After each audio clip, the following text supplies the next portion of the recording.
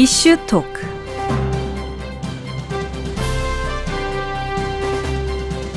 네, 사회의 다양한 현안들 전문가 모시고 이야기 나눠보는 시간, 이슈 토크 시간입니다. 본격적인 휴가철을 맞이했습니다. 그만큼 여름철과 관련된 다양한 사건, 사고도 곳곳에서 발생하고 있는데요. 여름철에 일어나는 사건, 사고들 그리고 예방 방법까지 알려드리겠습니다. 원주소방서 원은희 안전문화팀장 스튜디오에 모셨습니다. 팀장님 어서 오세요. 안녕하세요. 네, 반갑습니다. 진짜 요즘 같은 시기에 굉장히 바쁜 곳이 소방서가 아닐까 합니다. 맞습니다. 여름에 진짜 더 바쁘게 움직이고 계신데 우선 이제 여름에 좀 많이 발생하는 사고들 어떤 것들이 있을까요? 네, 여름은 저희 소방관들이 가장 바쁘게 움직이는 계절인데요. 가장 대표적인 사고로는 물놀이 사고고 특히 요즘에는 열사병 등의 온열 질환이나 벌쏘임 사고가 주요 사고 유형이에요.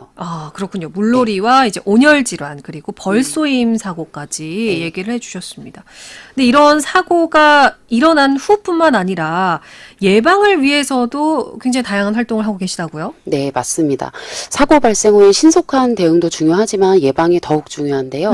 올해 7월에 원주 소방서에서는 칠봉 유원지를 포함해서 물놀이 위험 지역과 풍수의 우려 지역 등을 방문해서 선제 대응을 하고 있는데요. 네. 또 119 시민수상구조대라는 걸 운영하면서 수변 지역 순찰도 하고 안전 계도까지 하면서 사고 예방에 큰 역할을 하고 있습니다. 네. 제가 소속되어 있는 119 안전체험마을도 8월에는 체험 대상이 전 연령으로 확대되었어요. 그래서 소화기 사용법이라든가 심폐소생술 같은 안전체험 교육을 하고 있습니다. 그러면 전 연령이면 이제 가족들이 함께 방문해서 네. 좀 이런 거 체험해 보기가 굉장히 좋겠네요. 맞습니다. 그렇군요. 이제 아무래도 아이들도 방학이다 보니까 뭐 할지 이제 고민하시는 부모님들도 많을 것 같은데 네. 이렇게 또 안전에 대한 상식도 좀 익혀가시면 참 좋지 않을까 이런 생각을 잠깐 해봤습니다. 자, 일단 그럼 하나씩 좀 살펴보겠습니다. 일단 더위가 굉장히 일찍 크게 좀 찾아온 만큼 물놀이 하는 분들 상당히 많은데요. 물놀이 사고들을 봤을 때 원주에서는 주로 어떤 곳에서 좀 잘 발생하나요? 네, 원주는 계곡과 강변 유원지에서 주로 발생을 하는데요. 특히 바닥이 미끄럽고 수심 변화가 심한 곳에서 미끄러지거나 물에 빠지는 사고가 많이 있습니다. 예. 또 구명조끼를 착용하지 않아서 생기는 사고가 있고 음주와 동반되는 물놀이를 하면서 사고가 발생하기도 합니다. 그렇군요. 그러니까 미끄럽고 계곡은 네. 아무래도 좀 미끄럽기 때문에 그리고 이제 구명조끼를 착용하지 않아서 네. 라고 얘기를 해주셨습니다. 이런 사고가 가장 많이 좀 몰리는 시기가 역시 7말 8초 휴가 절정이나 아이들 방학 시즌인 건가요? 네, 맞습니다. 바로 7월 말부터 8월 초, 이른바 7말 8초라고 불리는 여름 휴가가 절정기인데요. 특히 올해처럼 방학이 빨라지거나 더위가 일찍 시작된 해에는 7월 중순부터 사고가 늘기 시작해요.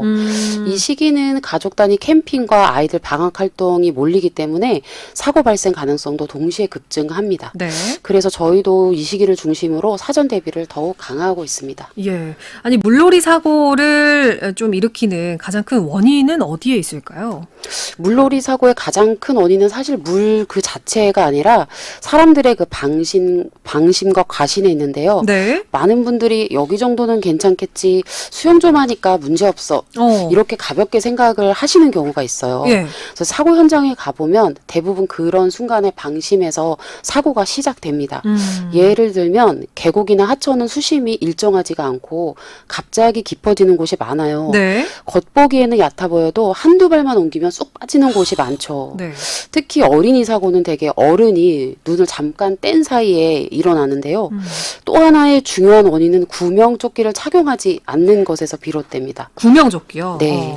아직도 많은 분들이 어른인데 괜찮겠지, 물에 들어가지 않을 건데 라면서 착용을 꺼리시는 게 요즘 그 분위기예요. 근데 사고는 항상 이럴 때 예고 없이 찾아오고 이럴 때 구명조끼는 목숨을 지켜주는 유일한 안전장치라는 걸 명심하셔야 합니다. 네. 그리고 또 의외로 많은 사고가 음주 후 물놀이에서 발생을 하는데요. 술을 마시면은 판단력과 균형 감각이 떨어지는데 물속에서 그게 생명에 직결되는 위험 요소가 되거든요. 네. 이런 점 때문에 저희는 현장에서 계곡도 바다만큼 위험하다, 구명조끼는 생명조끼다, 이런 말을 자주 강조하고 있어요. 작은 습관 하나가 큰 사고를 막을 수 있다는 걸 꼭 기억해 주셨으면 합니다. 네, 세 가지를 얘기해 주셨습니다. 방심, 예, 이 정도는 괜찮겠지. 사실 이제 물이 좀 얕아 보이니까. 근데 이제 정말 조금만 한 발짝만 들어가면 바로 깊어지는 게 또 계곡 하천의 맞습니다. 특성이다라고 얘기를 해주셨고, 뭐 이게 계곡에서 일어나는 순환 사고의 나이대가 좀 특정되지가 않고 이제 뭐 젊은 성인 남성이나 뭐 성인 여성 같은 경우도 굉장히 많은 것 같고요. 맞습니다. 예, 그렇기 때문에 구명조끼를 좀 반드시 착용을 해야 하고 음주 후의 물놀이는 진짜 삼가야 한다. 그렇습니다. 라고 얘기를 해주셨습니다. 이제 화재 사건 얘기도 좀 해보겠습니다. 여름은 비교적 이제 봄보다 뭐 화재 사건이 많지 않다 이렇게 생각하시는 분들도 많은데 실제로는 좀 어떻습니까? 네, 그렇게 생각하시는 분들이 많죠. 불은 겨울에 많이 나는 거 아닌가요? 이런 말씀을 정말 자주 듣는데요. 그런데 실제로는 여름철에도 화재는 꾸준히 발생하고 때로는 작은 부주의로 대형 화재로 번지기도 합니다. 네. 예를 들면 여름에는 전기 사용량이 폭발적으로 늘면서 전기 화재 위험이 커지는데요. 네. 에어컨이나 선풍기, 냉장고, 멀티탭 사용이 많아지다 보면은 과열 합선 사고가 생기기도 하죠. 네. 특히 전력 소모가 큰 냉방 기기를 멀티 콘센트에 여러 개 플러그를 연결하는 문어 발식 사용은 절대 하시면 안 됩니다. 이는 과열로 인해서 화재가 발생할 수 있기 때문인데요. 예. 이런 경우에는 벽면에 단독 콘센트에 연결하셔야 안전하다는 것을 명심하셔야 합니다. 네. 또 여름에는 야외 캠핑을 하면서 야간에 음식 조리를 하시면서 불을 사용하시거나 특히 텐트 안에서 가스버너 사용하실 때 큰 네. 사고로 이어질 수가 있습니다. 결론적으로 여름은 화재가 적은 계절이 아니라 네. 불씨가 숨어있는 계절이라고 보시면 돼요. 음. 겨울처럼 난로를 피우진 않아도 전기와 불을 동시에 많이 사용하는 시기이기 때문에 절대 방심하시면 안 됩니다. 여름철에 사실 뭐 굉장히 빠른 올해에 폭염이 시작이 됐기 때문에 빠른 시기에 이제 에어컨 사용량이 굉장히 많은데 사실 걱정이 되긴 합니다. 이게 이제 과열, 합선 사고가 굉장히 좀 생길 수 있는 그런 시기이기 때문에 말씀하신 것처럼 멀티탭이나 뭐 냉방기기에는 특히나 좀 단독 콘센트를 사용해야 한다는 것도 기억을 해두시면 좋을 것 같고, 집집마다 사실 에어컨이 이제 필수가 되면서 실외기 화재 사고도 무시할 수가 없을 것 같습니다. 여름이면 이 실외기 화재 사고는 어느 정도 일어나고 있는 건가요? 네, 맞습니다. 요즘에는 에어컨 없는 집이 거의 없을 정도죠. 그런데 그만큼 에어컨 실외기 화재 사고도 눈에 띄게 증가하고 있는데요. 네. 실외기 화재는 보통 여름철 기온이 높고 전기 사용량이 폭증하는 시기에 많이 발생이 됩니다. 실외기 자체가 외부에 설치되어 있다 보니까 평소에 눈에 잘 띄지 않아서 점검 사각지대가 되기 쉬운데요. 예. 저희가 현장에 출동해 보면 실외기 주변에 쓰레기 같은 가연성 물질을 쌓아놓는 경우가 많고요. 네. 먼지 등이 열 배출구를 막아서 과열되는 경우도 자주 발생해요. 특히 노후된 전선이나 문어 발식 콘센트 연결 부위나 과열된 실외기, 팬 모터 등에서 불꽃이 튀거나 연기가 나는 경우도 많습니다. 네. 특히 실외기가 베란다 안쪽에 설치돼 있거나 환기가 안 되는 좁은 공간에 위치한 경우에는 화재 발생 시에 연기가 실내로 유입되거나 대피가 어려워져서 더 위험할 수가 있어요. 그래요? 네네. 그 행정안전부에 따르면 그 5년간 에어컨 화재 통계를 분석해 보니까 에어컨 화재가 5년간 1.8배가 증가를 했고 6월부터 폭증해서 8월에만 643건이 발생했다고 합니다. 그래서 꼭 강조드리고 싶은 건데요. 네. 실외기 주변은 항상 깨끗하게 비워두고 전선 노후 여부나 팬 작동 시의 소음 여부를 체크하시고 가능하다면 전기 안전공사나 에어컨 설치 업체의 안전점검을 정기적으로 받기를 추천드립니다. 네, 굉장히 중요한 말씀을 해주셨습니다. 실외기실이 사실 뭐 베란다에 있거나 좀 이렇게 외진데에 있는 경우가 많아서 잠시 안 쓰는 물건들 이렇게 쌓아놓는 경우가 종종 있거든요. 그렇죠. 그럴 때에 화재 발생 위험이 훨씬 더 높아지고, 그리고 이제 아파트에서 보면은 이 실외기실을 꼭 열어놔라 이런 문구를 자주 보는데 반드시 요것만큼은 좀 실천을 하시면 지키시면 좋을 것 같고, 그러면 이제 평소에 이 실외기 자체는 어떻게 관리하면 좋을까요? 네, 에어컨 실외기 관리 생각보다 어렵지 않은데요. 몇 가지 기본 수칙만 지켜도 화재 위험을 크게 줄일 수 있습니다. 네. 첫 번째는 실외기 주변은 항상 깨끗하게 비워두는 것이 가장 중요하고요. 쓰레기 같은 가연물 물질은 실외기 주변에 절대 쌓아두지 마세요. 특히 여름철에는 먼지가 쉽게 쌓이니까 주기적으로 청소해 주시는 게 좋습니다. 네. 둘째는 실외기 통풍이 잘 되도록 공간을 확보하는 것이 필요한데요. 좁은 베란다 안쪽이나 벽 쪽에 너무 밀착시키면 열이 제대로 배출되지 않아서 과열 위험이 있기 때문이에요. 그리고 셋째는 전선 상태와 연결 부위를 자주 점검해 주시면 됩니다. 네. 노후된 전선이나 헐거워진 연결 부위는 합선이나 과열의 원인이 될 수 있어요. 넷째는 가능하면 전문 업체의 정기 점검을 받는 게 가장 안전합니다. 특히 사용 기간이 오래된 실외기는 팬모터나 내부 전기 부품 이상 유무를 전문가가 점검해 주는 게 중요합니다. 네.